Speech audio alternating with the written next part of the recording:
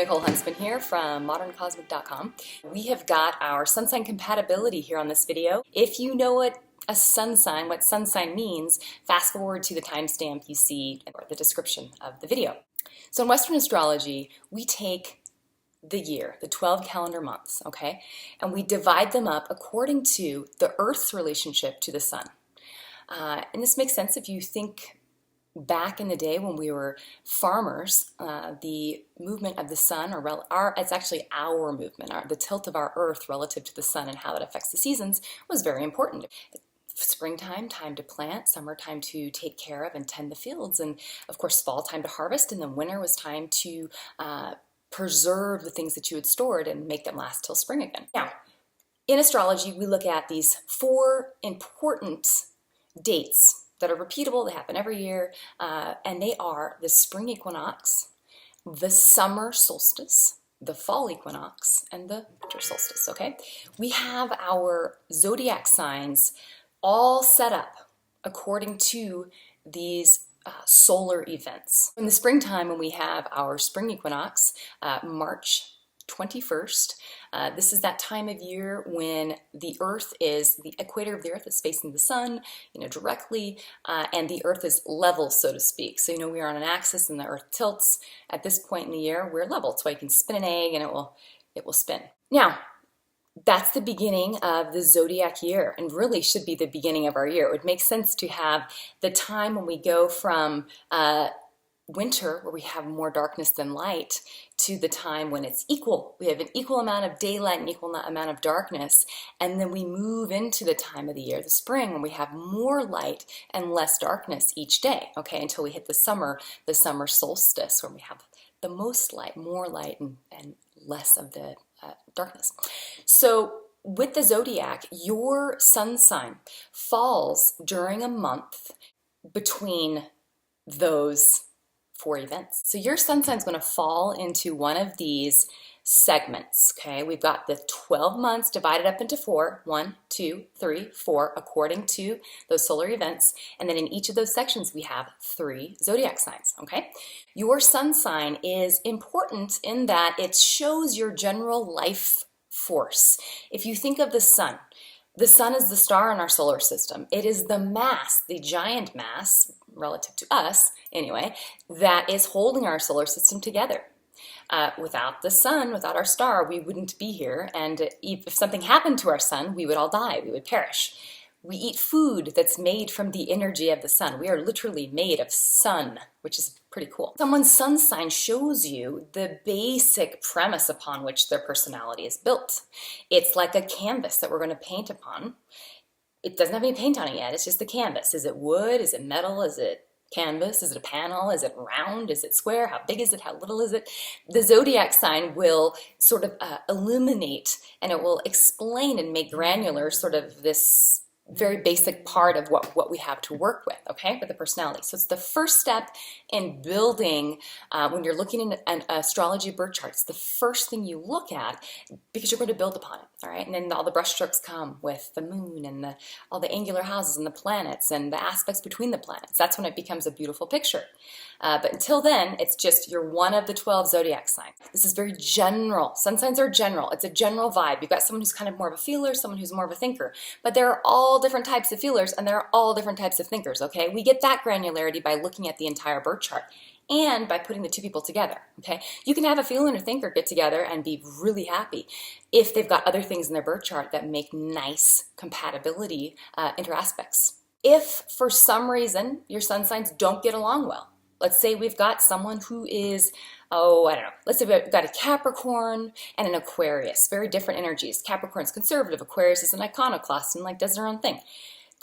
On the surface, sun sign wise, these 2 aren't going to jive perfectly. But if you look underneath, maybe they have moons that are both in water, and it gives them an emotional warmth, or it gives them an emotional depth to the cooler Capricorn Aquarius facade. There's another thing you want to look at between your compatibility charts. There are several, but another important primary planetary aspect that you want to look at, or planetary placement, I should say, that you want to look at. And I'm going to talk about this at the end of the video, so stay tuned, watch the compatibility, and at the very end I'll explain to you how to find If your sun compatibility isn't great, there's another thing you can look at that will indicate whether or not the two of you are going to have long-lasting happiness together, or if it's going to be sort of a no-win battle, okay?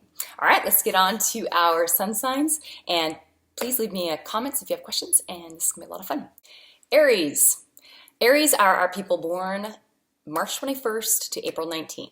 This is the first sign in the zodiac. These people are born during the time of the year when we're moving from the wintertime into the spring. So there's a vitality.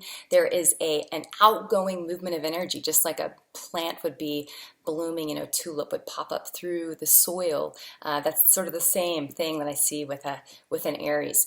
They're dynamic, they're outwardly focused, passionate, they need fuel, and they are fighters. Now, Aries also, these are the independent soldiers of the zodiac. They're our protagonists. They're the first person, the individual setting out on this journey of the zodiac. And as you move through the different zodiac signs, you'll see how this journey progresses. Self-starters like Aries, a lot of times they're perfectly comfortable going it alone. They're quite comfortable in leadership roles. They prefer to be in leadership roles. And so partnerships sometimes for Aries can be a little tricky. While they crave it, that's human nature to desire closeness and warmth and affection from other people. Aries sometimes don't always know how to go about getting it. They can be a little bit combative and a little what's the word, scratchy, in their relationships. But overall, these are brave, inspiring, self-starting, innovative, wonderful people that they just require a partner with some patience, and a partner who also is willing to be just as passionate and fiery as they are, but maybe perhaps a little bit more grounded. On the shadow side of Aries, we do have an individual who can be a little self-centered. They can be a little like the fool from the tarot deck, stepping off the cliff while the dog is barking. Don't go that way, They can sometimes be overly optimistic, or they can perhaps, instead of planning, they just want to jump into something and get going, and quite impulsive, okay? They can be a little difficult to teach at times. And they can sometimes lack the emotional tact that is required in love relationships and just general interpersonal relating. But if you have patience with an Aries, they are not the type to hold a grudge. They will usually kind of, they've let it out and then they're good after. So typically they're quite forgiving, and they have this childlike nature to them where it's almost a naivete and an innocence. They don't really mean anything by it. They just sometimes, like I said, they're not necessarily easy to teach, and so they have to kind of do things over and over again until they figure them out. Aries in love. These are individuals, right? They like to make the first move. Aries prefers being the one doing the chasing, at least initially. Even Aries females, with an Aries female, they can sometimes be accused of being too direct or too, forward with men. In our culture, at least, I'm here in the United States, in Western culture, traditionally men were the ones who would take that lead role. So female Aries sometimes can be accused of being ball busters or bitches or too brave or too headstrong, or these things. And I say bowl to that. I think that Aries we need Aries men and women. These are the ones that are the brave, courageous individuals that will go for something. Now, in love, they need passion. They need passion, they need sex. They're a very physical sign, and they actually need fights, believe it or not. And when I say fights, I don't mean, out and out emotional drama, but they like a little bit of a little bit of a tension or friction in their relationships. They need that. If there was someone who doesn't really push back or lean back against them or was always pleasing them, they'll get annoyed and they'll get bored. And you don't want an annoyed, bored Aries, because you won't have them for long. They will be out of there, okay? Aries expectations in love. Because they're so passionate, they give the passionate spontaneously, freely, just whenever they want to. They're not the most dependable, they're going to do it when they want to do it, unless they have a lot of earth and other things in their chart. And even then, they kind of have to be the boss about when they're going to express their love. You can't really boss an Aries around. They can be this sort of childlike. They can be a little bit selfish, where they want all of their partner's love and attention, but they don't really have a problem with flirting or this kind of thing with other people, and nothing is meant by it. But they they need to have their freedom, but they also need to know that they are number one, that there's no one else in their partner's life. Aries' biggest fear, and this goes for all the zodiac signs, you look at their strength, and that's always tells you where their biggest fear is. With an Aries, you do have a bold, brave, enterprising individual, okay? But on the inside, they're like a little kid.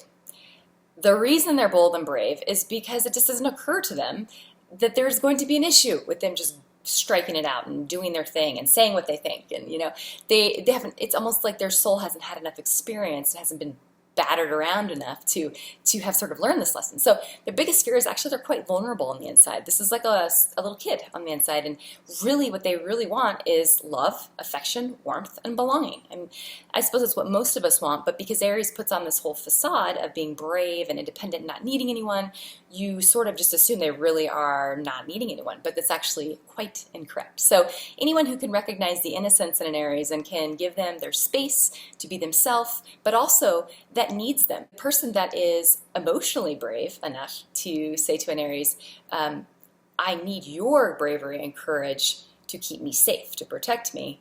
That is a way to tap into the part of the Aries that, yes, the part that's vulnerable, but they can project that onto you. It's a way for them to protect in an indirect way their own inner vulnerabilities, okay?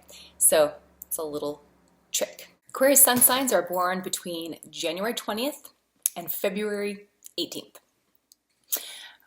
With our Aquarius. Now, Aquarius is the zodiac sign that we associate with, in my mind, revolutionary sort of fringe behavior, thinking, topics, themes, etc.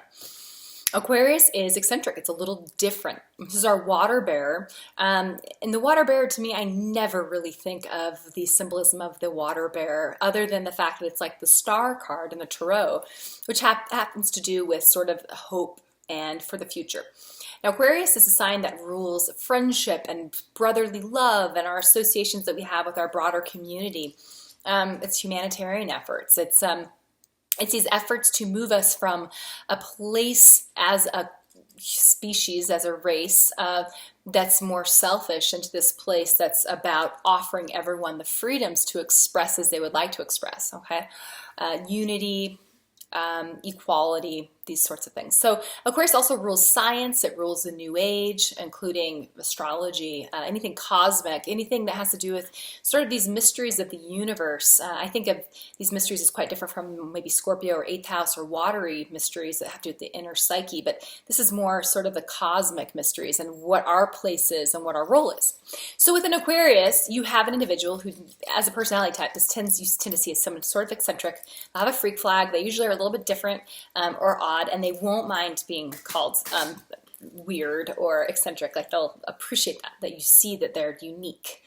They really strive to live their life in a way that they feel is their own authentic version of what they think life is. Aquarius also is a fixed sign, so there is a stubbornness. Even though this is an air sign, and it has to do with freedom, and it has to do with, it's ruled by Uranus, which gives it this sort of on-again, off-again quality. It's also traditionally was ruled by Saturn as well. So these two rulers, it's interesting, neither are emotional sort of rulers. Both of them I think of as detached and a little bit colder in the sense that they're impartial. So a lot of times people who have strong Aquarius, Uranian, or Capricorn, or Saturn, those four energies strongly noted in their chart, they'll have a sarcasm to them. They'll have a cynicism to them. It's this interesting place where their understanding of the realities of life, which would be sort of that Saturnian energy, mixed with an Aquarius at least, their ability to see the possibilities, the contradiction there, makes them a little sarcastic, and also there's a strong element of genius that we've applied to Aquarius Mercuries, or someone who's got a lot of Uranian energy in their 3rd house, or 11th house, 3rd house connections, Mercury. Anyway, they'll have a genius to them. Their mind will be quick. They will seem as though they received cosmic downloads, and perhaps they do. Who says they don't? I don't know. And there's just this, the way that they think that was a little different, it's a little fringe, a little weird relative to the norm. They're not normals, okay? I love Aquarius. They're one of my favorite signs. High functioning Aquarius, you've got someone who is unique, unorthodox. They do things in a way that other people maybe haven't thought of doing them yet. They have this thing where they really care about people. They're great friends. Many Aquariuses have a lot of friendly associations with a lot of different people. They're very social, and they need to have those connections with many different people, all right, and many times of the opposite gender or of the gender that they're attracted to sexually. But they need to know that their partner knows that they're loyal, that they're not. They need to be free to have these associations, and it's an important part of who they are. With an Aquarius, you've got also, it's an air sign, so they're logical and they're thinkers, and they also have an energy about them because it's Uranian. Uranus's energy is a little nervous, and they can worry about things, and their heads can even be a little ADD, a little spastic in their thinking process. I say that with love. I have Uranus in my third house, but it's on again, off again quality, because that's Aquarius energy. It's very like here and then there and then everywhere. So onto our shadow side, our low functioning, Aquarius traits, you do have a flakiness that can happen with Aquarius. You can have, they're just not earthy grounded the way that a Capricorn or a Virgo might be, or a Taurus. It's just, they're just different. They doesn't mean they won't show up for people that they care about, because these are our most sort of humanitarian types. They'd be really good at sort of spreading the message and getting a bunch of people there. And they're going to be good at the part that they're good at, which has to do with the communication and the actual, maybe perhaps creation of the entity, and then letting other people actually do the in-person work. They're the idea person. Also, you've got a fixed sign. So you've got someone who's determined. They can be stubborn. They can be so determined to a fault. They can leave situations and be non-committal with their relationships in the same way Gemini can, because they're not naturally, again, a super emotionally connected on their own insides type of a person, because they spend so much of their energy up in this part of themselves, up in their head and their throat chakra and whatnot, third eye and all that good stuff. This part of them is less connected, unless they have, again, moon, perhaps a moon that's in a watery placement, or some other things that would indicate that they're connected down here emotionally. But the way they operate on the outside is going to be pretty detached and a little sarcastic and a little funny and a little like they'll say things that are inappropriate, but they just have a Aquarius vibe about them that's pretty great or groovy. What else? They're freedom loving, and so on the high side they give that freedom, but on the shadow side sometimes if they feel like they're not being given freedom, they can rebel, and they can be the type that wander. They have to prove to themselves and sort of the universe that they still are free, that they still have that universal right that's been granted to them, that they can spread themselves around a little, so that's the shadow side. Also, they can be a little critical. They can be a little, that sarcasm can move into the realm of being kind of mean, critical language. Okay, Aquarius in love, they're naturally friendly, sociable types. That's what they're here for. They're here to socialize. So typically they have a lot of friends of both genders. And again, they're going to have friends that might be the same gender that they're attracted to. So as a partner of an Aquarius, you have to understand that there's a big difference between platonic and romantic. Aquariuses love platonic relationships, and they have a lot of them, and they need them. And if you try to take that from them, you are stripping away one of the most basic parts of who they are, and good luck with getting them to stay, because they're not going to. They're going to be gone. Aquarius do not like, they have a fear of commitment. So if you're in any way, shape, or form emotionally overwhelming them or trapping them or holding them down, preventing them from doing the thing they're here to do, then they will leave, right? So also Aquarius, they have a flirtatious, cerebral quality to them, and they like a relationship that has a lot of communication. They like little sexy flirting text messages and letters and wittiness and banter, and someone who can teach them things. That's really attractive to an Aquarius. Someone who can debate with them about a topic that's close to their heart, or their pet topic. And a lot of times Aquarius, we see people strong Aquarius, they're kind of nerdy. They have like a geekiness to them that's really appealing. So if you have that as well, that's probably going to be quite attractive to an Aquarius. This would be our sapiosexuals, that are attracted to the mind, someone who has a powerful intellect. That will be very sexy to an Aquarius.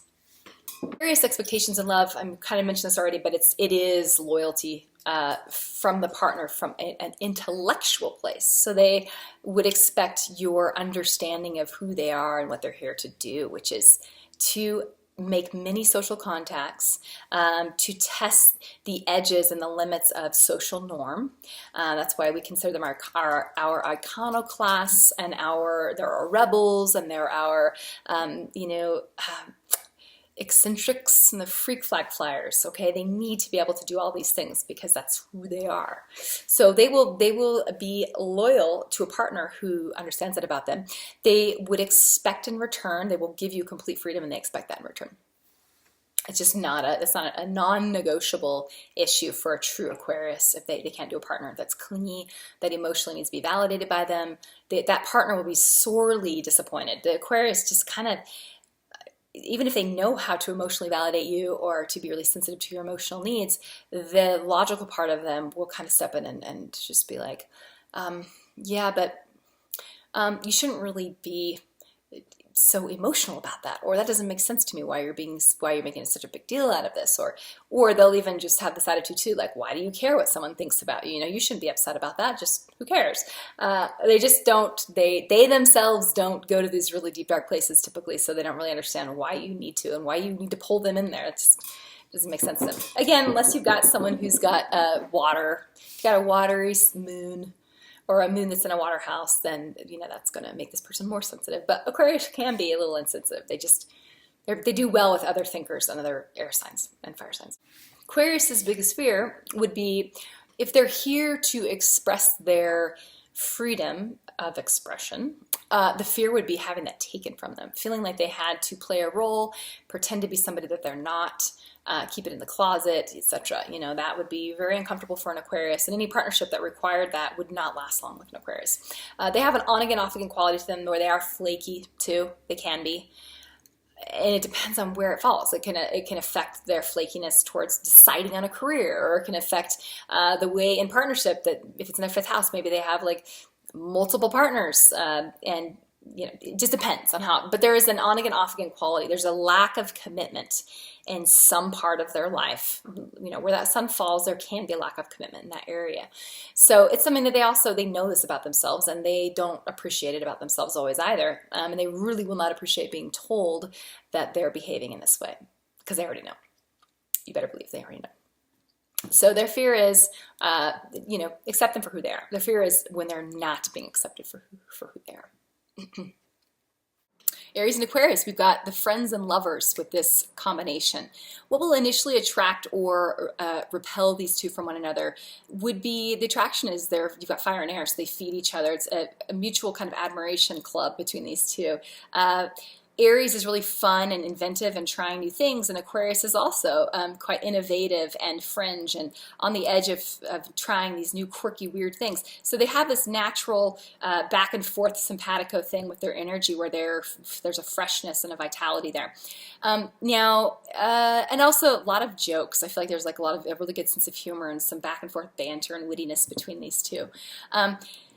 Now, this is not necessarily a super romantic compatibility thing happening. You have to have some stuff either on the sexual planets or the emotional with the moon, or even the rising signs, that would bring more of an element of emotion into this coupling. And again, it's going to depend on what you see in each individual birth chart, but really overall this has more of a platonic feel to it than like a romantic, erotic feel. Okay, long-term interaction, you do have two signs that are pretty spontaneous and freedom-loving. So getting these two to come together in a relationship that's like a long-term relationship, a traditional orthodox long-term relationship like a marriage, could be a little tricky. Now, these could be two that have an open relationship. These could be two that make great friends and lovers, like I said, you know, two that have an open sort of sexual relationship with one another, where they try new things together. This could be a theme that you see with Aries and Aquarius.